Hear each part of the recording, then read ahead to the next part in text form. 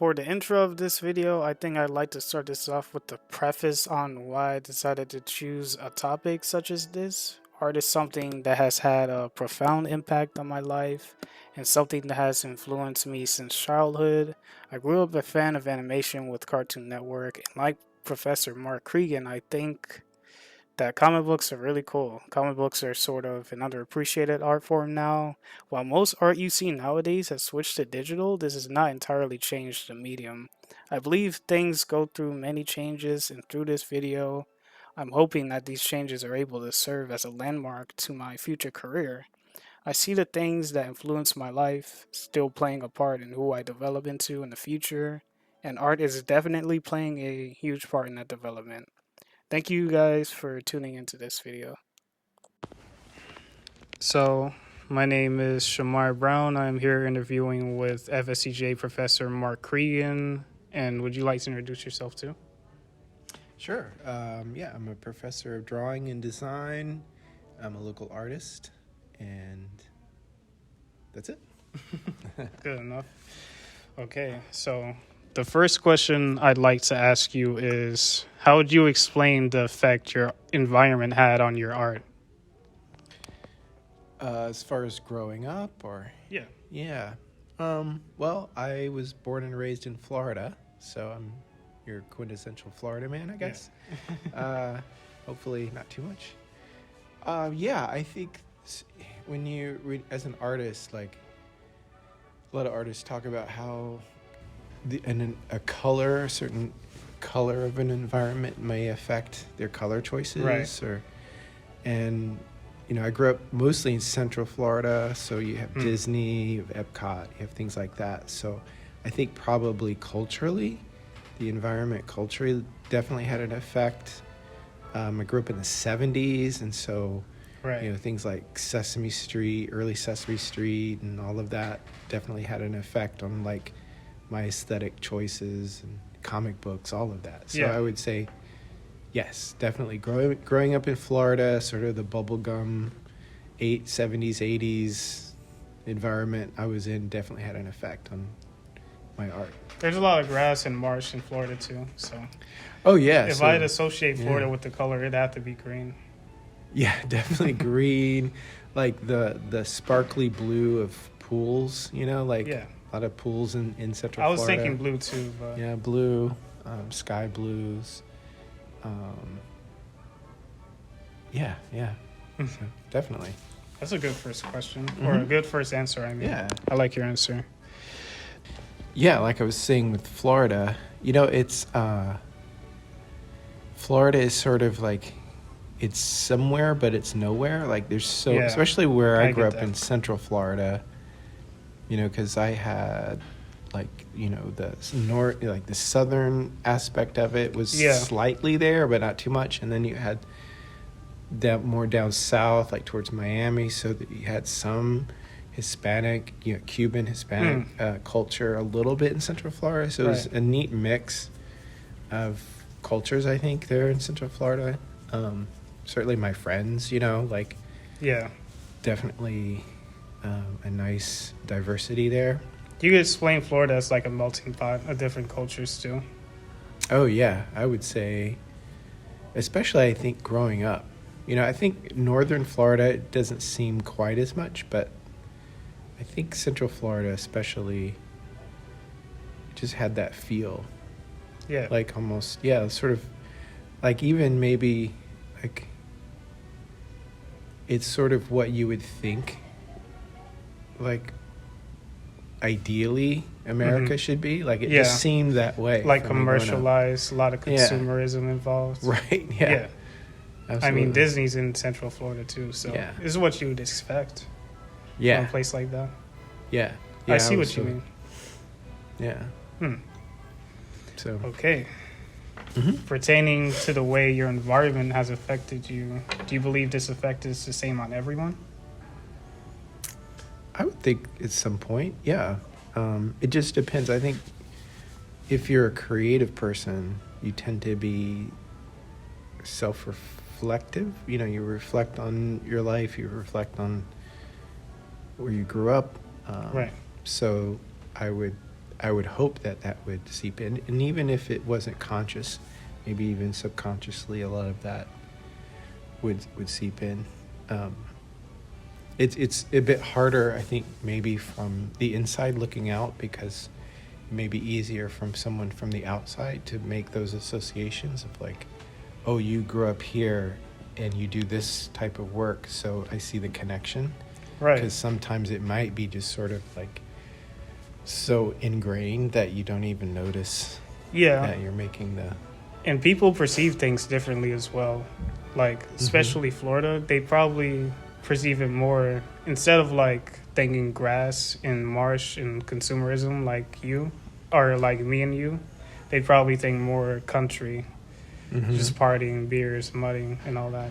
Right. You know? Yeah, they may latch on to different things because they're going to associate their own experiences. So someone who just visited the place versus someone who grew up are going to have totally different associations because they had different experiences. Right. Yeah. I like that. Okay. Well, which part of Central Florida did you grow up in? Because it's going to lead into my fourth question. Sure. If I can ask. So, yeah, it was, well, at different parts, but mainly it was Winter Park. Oh, yeah? So I remember there were a lot of lakes Yeah. in Central Florida. So I remember as a kid just getting on my bike, and my friends and I would like bring fishing poles and stuff. I haven't fished since then. I'm like a fisherman guy. But back then, like, yeah, I would just ride my bikes from lake to lake, like miles and miles. It just seemed like that was something we could do, and I don't see a lot of kids do today, maybe. Yeah. But and like I didn't go to Disney a lot. I definitely went to some of the other, like Wet and Wild was a place I would go to with friends. You know. Do they still have that place? I don't think so. I think it closed down. They may have built something similar to it, but yeah, I don't know. Would you ever well, no, that's not the question I'm asking. That's all right. Since moving from this place, do you believe it's changed your art vision at all? Having been there, or like moving to like a new then? Environment. Yeah, it does every time. So when I went to grad school in Tallahassee, it changed. I feel like your environment, like where you are, definitely has an effect. Yeah. You know, like I was just in Miami last week. If I had a studio in Miami, I spent 6 months there, I'm sure my art would be very different than it's an art studio, so yeah. Right. So I feel like, well, I should say maybe now less so than when I was younger, because maybe now my art is more rooted internally. Right. But when you're younger and you're just looking out, looking at things, it's going to affect you more probably. Yeah. But yeah, definitely would have an effect. Do you believe the art that's influenced by its home works to progress at certain place? Say that again? So, like, do you believe the art that's influenced by its home, it works to progress at certain place? Like, it moves to create a better environment, basically. In that place. It's kind of a confusing question. No, yeah. You could take some time to think about your answer if you want. Because it's a little loaded. Right. Well, I guess because you could look at it different ways, like progressing it culturally or progressing it politically, socially. Yeah, you can use any kind of example you want. Or you can even use like an outside example too. Right. I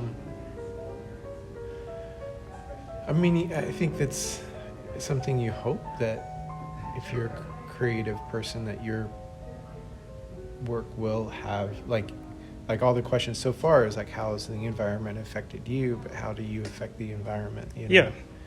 Yeah. Like I say, you kind of motivated me to want to do my art a little bit more and challenge myself. Okay, great. Yeah. Well, through teaching, definitely, yeah. Teaching should hopefully would have that effect. Yeah. And work too. Like if you get your work out there and you show it, then you hope maybe it might spark some something in someone else. So that's definitely would have an effect, Right. on individual people, and they add up to maybe a larger scene or environment in a sense. But yeah.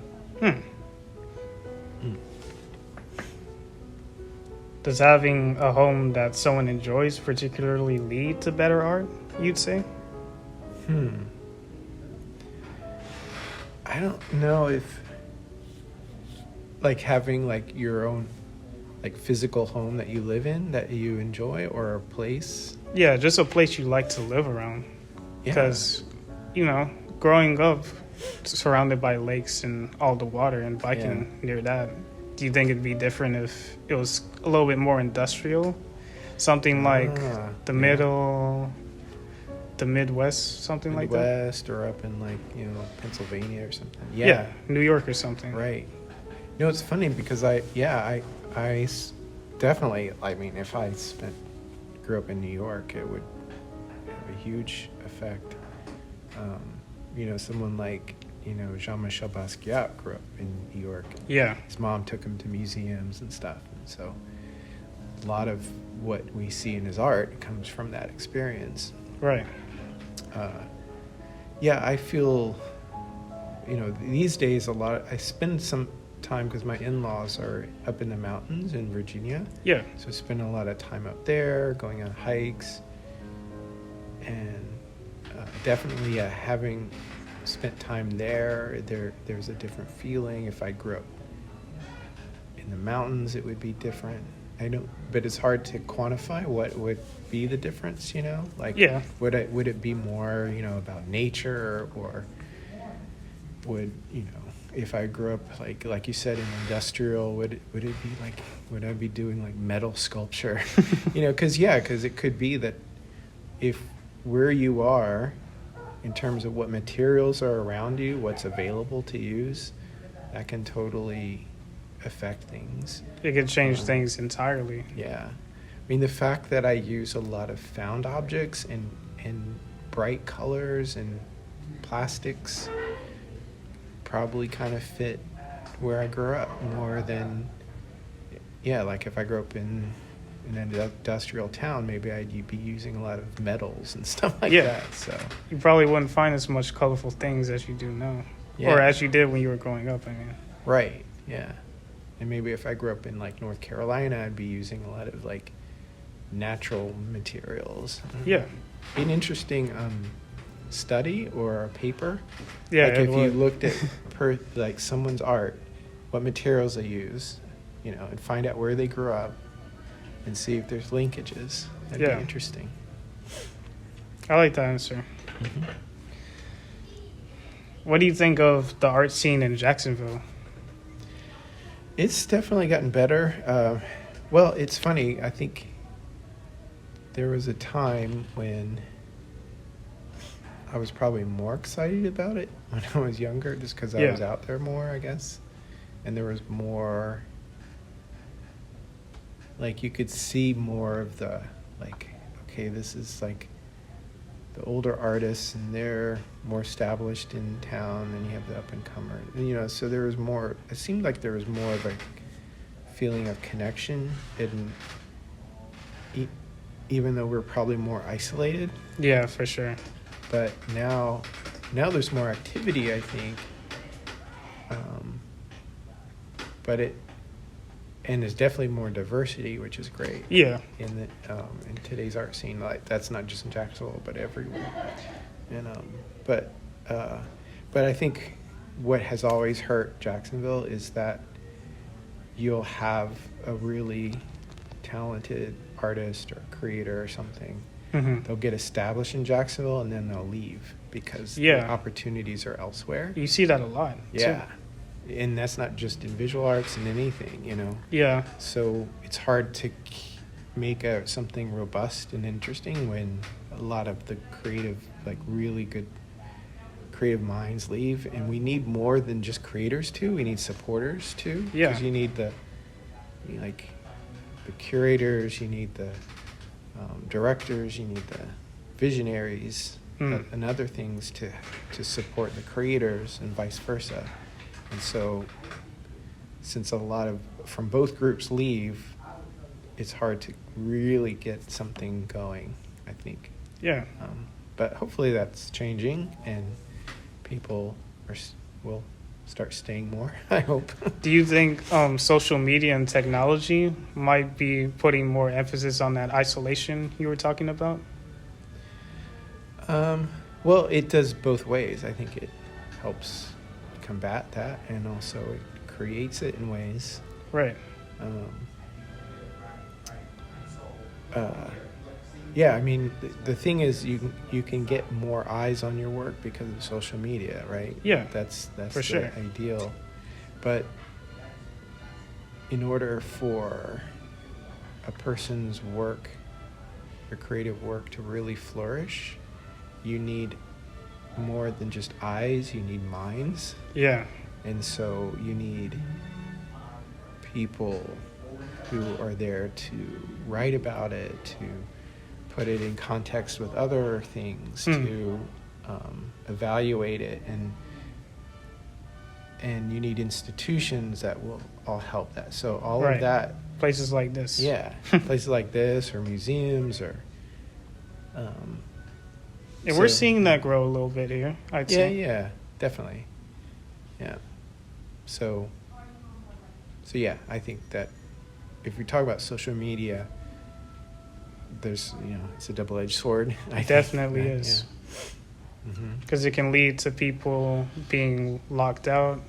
Because some people still don't have access to social media and technology to this day, Right, that's true.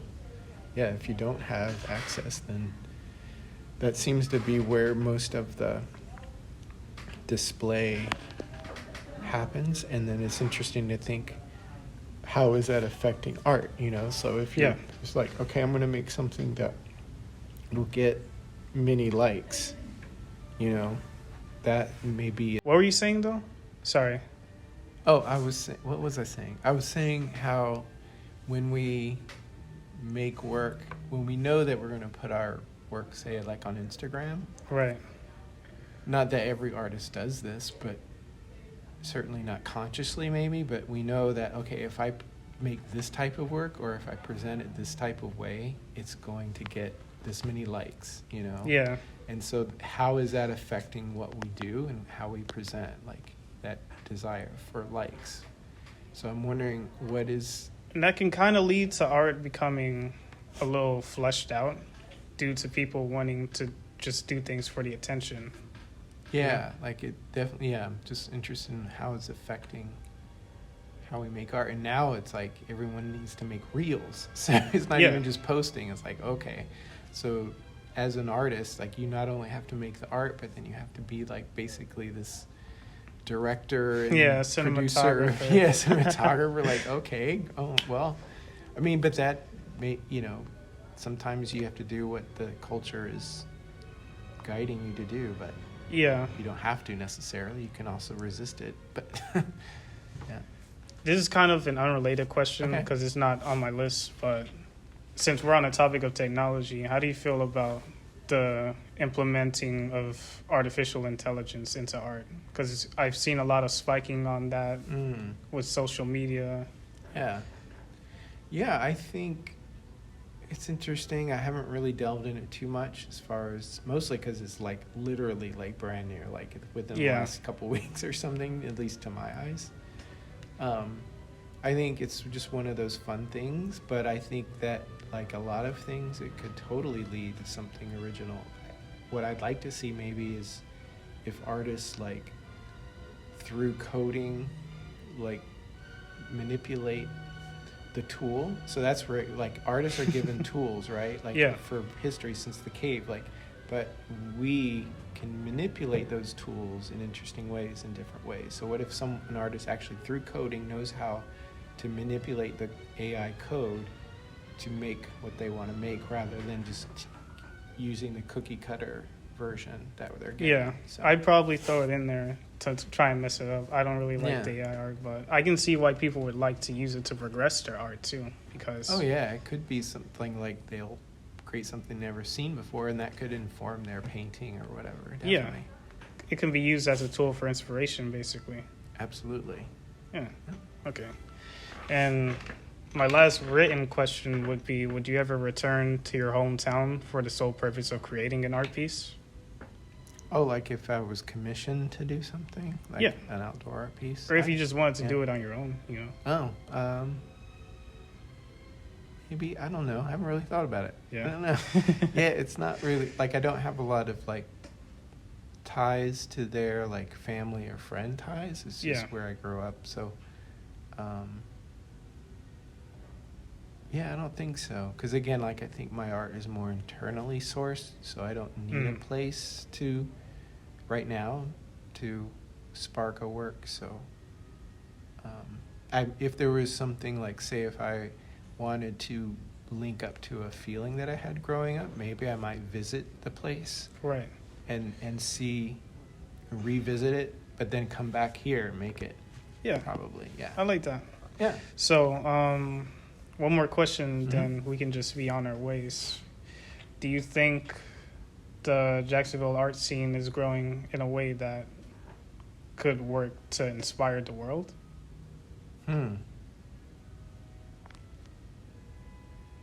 That's another loaded question. So Yeah. if you want, you can take time to think about that. Yeah. That's tough.